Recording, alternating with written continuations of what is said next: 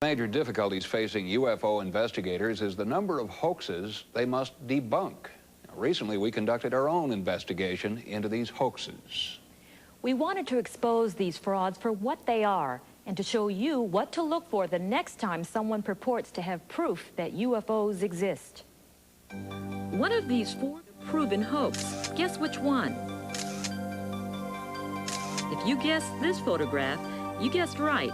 As for the other three, well, the jury is still out, though considering how sophisticated these hoaxes are getting, you better look closely. One of the easiest ways of faking a UFO picture is through the use of miniatures. Nope, I'm not the 50-foot woman. I'm life-size. This is a scaled-down model. Remember that dramatic UFO photograph? Here's how visual effects wizard Marcus Rothkranz shot it. First, he cut out a piece of reflective tape no bigger than a thumbnail.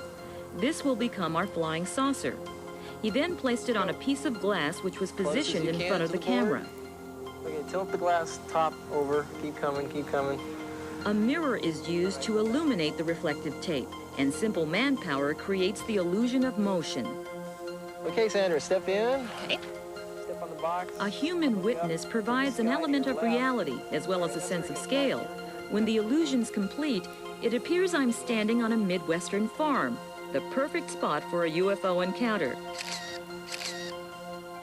And the end product could fool anyone. You do not have to be a Hollywood producer with $1 million budget to do the kind of effects that I do. As long as you have a camera and a piece of glass, some reflective material, or a miniature model that you buy at the hobby store, you can pull off amazing things. As long as you have some creativity, it's easy to fool the camera. Hoaxed evidence is very difficult to disprove. For nearly 30 years, newspapers and UFO researchers believed this English photo was authentic. That is, until one of the photographers came clean. The photograph is supposed to show a UFO, a flying saucer from another planet.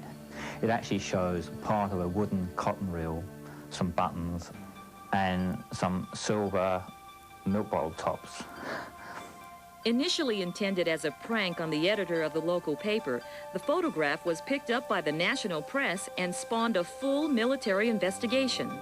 If you can fool one person, you can fool thousands of people, and that is what happened. It was a joke that went wrong. Meanwhile, my education continued. For this next effect, I was seated 10 yards behind the miniature so that I appeared small enough to fit in the building's window. The glass with the flying saucer was put into place. This time, Marcus shot the effect on video. Wow, what was that?